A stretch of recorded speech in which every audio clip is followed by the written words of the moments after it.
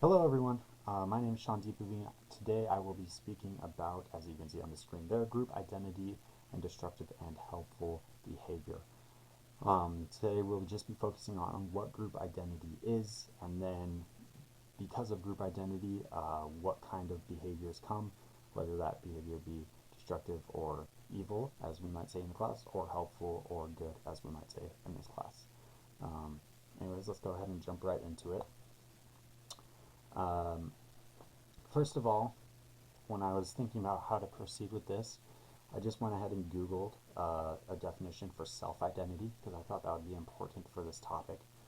Um, as you can see there, it says the recognition of one's potential and qualities as an individual, especially in relation to social context. Um, I especially like this because it ties it directly into what group identity is. Um, our individual identities are very, very impacted based on what kind of groups we associate with. So, and I thought this was interesting, Googling group identity as a definition didn't really yield many results. Um, so I had to be a little bit more creative, and I went to dictionary.com, and it gave me what you see here, um, which I thought was interesting. You see many sexual orientations there, minority groups. I think we all understand why, perhaps. We see some minority groups for group identity. Also, Harry Potter, um, although I think that just goes to show why you should be careful what sources you use. Anyways, let's just jump right along here. So, first of all, there was an experiment done, a group of researchers in Rwanda, trying to focus on people who had been impacted by the 1994 genocides. Lots of violence goes on in that region, so they were trying to understand how people would react to each other. So they did this, what they called a social good experiment. Okay, so they took 20 different groups all around different parts of Rwanda, and they took these groups of people and gave each person in the group an endowment, a certain amount of money, something like that. And then the person was told that they can take as much or as little as they want, and whatever they don't take is given to a community pool, essentially. I don't know if you play like house rules in Monopoly, where if you land on uh, free parking, you put like 100 or 50 into the center, and then whoever lands on it again gets it. It's kind of like that, except for everyone, it would be split evenly between everyone. Now, I think the important thing here is the amount given is then multiplied by a number more than one, but less than the number of whatever the group is. And because of that, no matter what, however much the person decides to give up, they are in fact um, not receiving as much as they would have no matter what. They don't get more because they've given more to the group. It'll be a loss for every individual. So we see here the results of that. Contributions in different parts of the country are affected by the local intensity of the 1994 genocide, with more generous contributions being made in areas where the violence was greater, in line with some, though not all, previous studies. We also find that people who were themselves the targets of violence give higher contributions than people who were not. Former refugees who were targeted in the violence are more generous than permanent residents who were not targeted. It also appears that there may be additional differences among the former refugees depending on the type of violence to which they were subjected. Okay, and then we get kind of a nice tie all around ribbon with that on the right there. This supports early research indicating that conflict experience leads to greater pro-sociality. Okay, so how does this relate to group identity? I think most people are able to make this connection, but I think it'll help to just kind of state it. Conflict experience, I think, leads to a greater sense of cohesion within a group.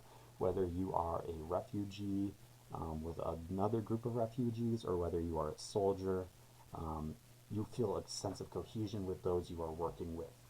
Um, so you form a group identity based on that. You become one of the soldiers, you become one of the refugees. So those who experienced this greater sense of cohesion or a greater sense of group identity were more likely to be the ones who gave more to help others. So this is obviously a very positive aspect of what group identity can do within a group, especially. Um, Helping each other, charitable acts, strengthening the others in the group. Everyone can agree these are basically good concepts. And so we can see it here in a very real way.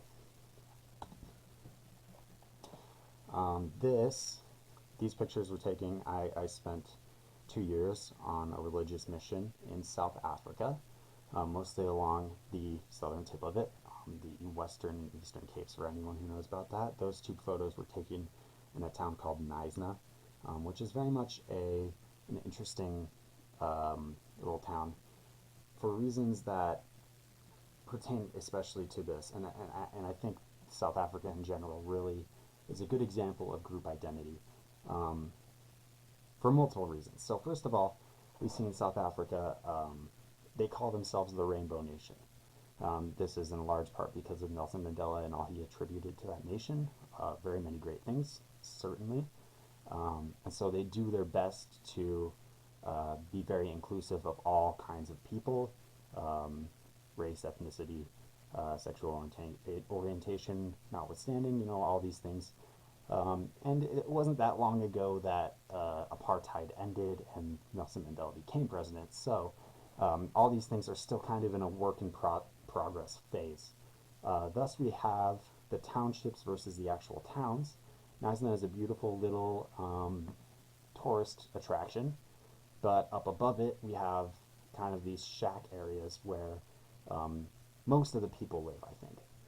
And this is very common to South Africa. I would say the members of Knysna and the members of Cape Town or any part of South Africa are very proud of whatever group they're a part of, but those groups have very well defined lines within them as well. A lot of times because of how much money we see there. And they're all very willing to help one another, at least what I was able to see there, although very biased opinion, I think I just love them a lot there.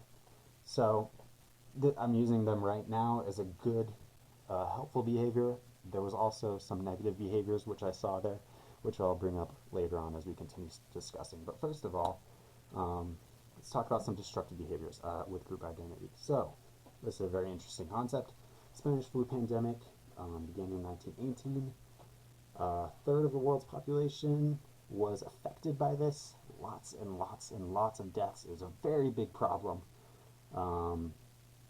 Citizens in San Francisco were angry with the Red Cross, asking people to wear masks in public. There was a group called the Anti-Mask League, which protested publicly, which should hopefully sound pretty familiar.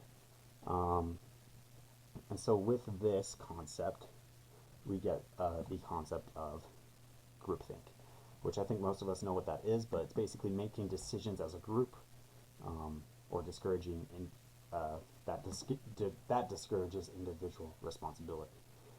So some conditions that are often present with groupthink are stated there: cohesion, identity, or unity within the group; isolation, which we see very effective with what's going on with COVID right now; stress, also very applicable; group illusions, which are inaccurate ways of seeing a group. I think that is brought on in large part because of the isolation from other groups.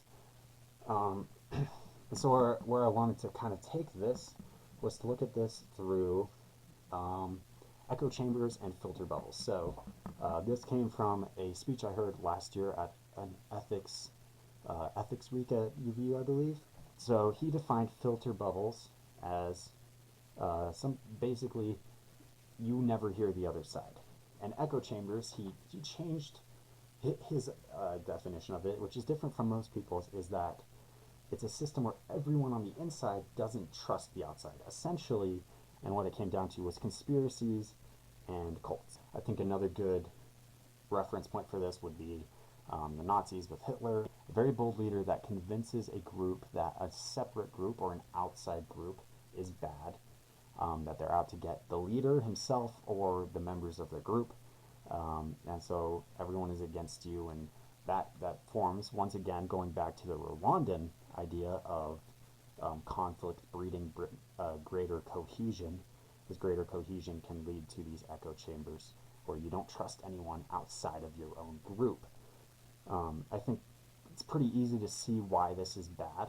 Um, it can lead to distrust, more violence, as we saw with the Nazis.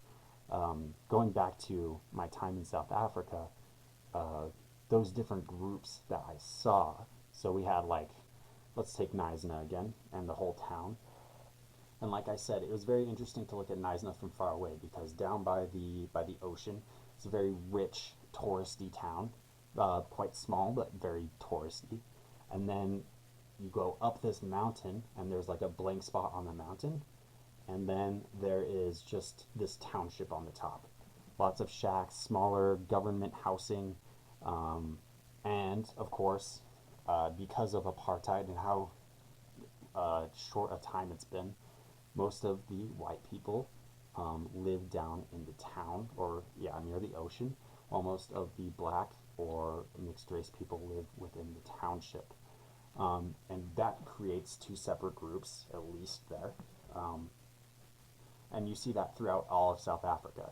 And that becomes a good and a bad thing. I remember in one of my areas, um, it was very interesting to see how this groupthink or how these echo chambers uh, affected this group because I served in a township, and across from the township was what was called a colored area.